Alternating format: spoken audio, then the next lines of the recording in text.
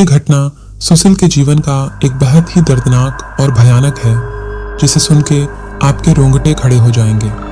तो अगले साल मकर संक्रांति के टाइम सुशील के गांव में पतंग के कंपटीशन आयोजित किए गए थे, जो हर साल मकर संक्रांति के समय होता है और इस जीतने के लिए लोग कुछ भी करते हैं।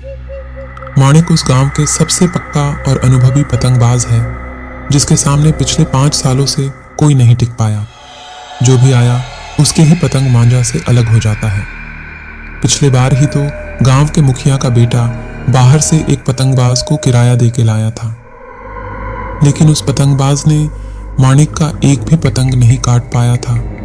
जब भी सामने जाता है या तो डर से भागता है, नहीं तो मांझा को छोर का आलाग दिशा में भगत है कहीं दूर। और इसलिए माणिक के पतंग देखकर सभी के अंदर खौफ और डर लगता है।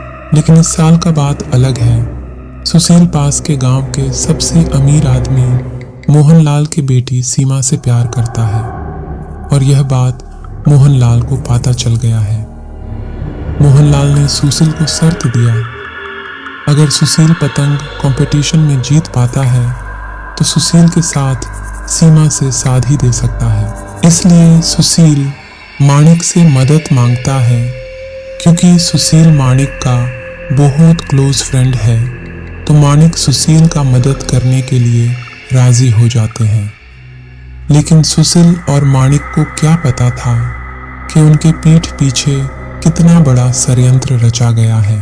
मकर संक्रांति के अगले दिन शाम को जब सुशील से मिलकर पतंग मांझा वगैरह ठीक ठाक सही करके एक सुनसान जंगल के रास्ते से अपने घर के ओनर आ रहा था, तभी 5 गुंडे माणिक को घेर लिया। माणिक भागने की कोशिश किए, लेकिन उनमें से 4 गुंडे उससे पाकर लिए और एक ने माणिक को चाकू मारा और 4-5 बार पेट चाकू भोंकने से माणिक का शरीर खून से लहूलुहान हो गया। कुछ देर बाद माणिक का मौत हो गया। दूसरे दिन सुबह से पतंग के कंपटीशन थे, लेकिन माणिक को कहीं नहीं मिला। फिर सुशील खुद से ही पतंग उड़ाया।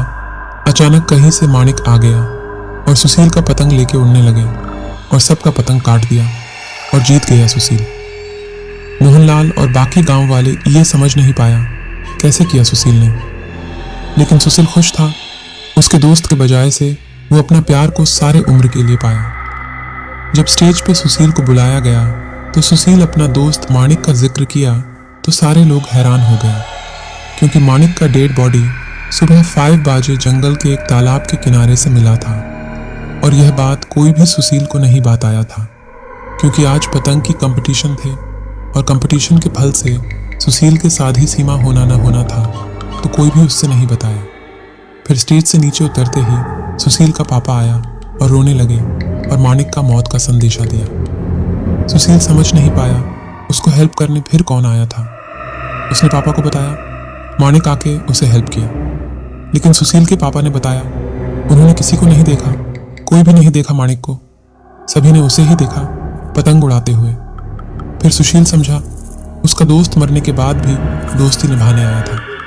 तो ये था आज का कहानी। कैसा लगा कमेंट करके बताना, और सभी को मकर संक्रांति का हार्दिक शुभकामनाएं।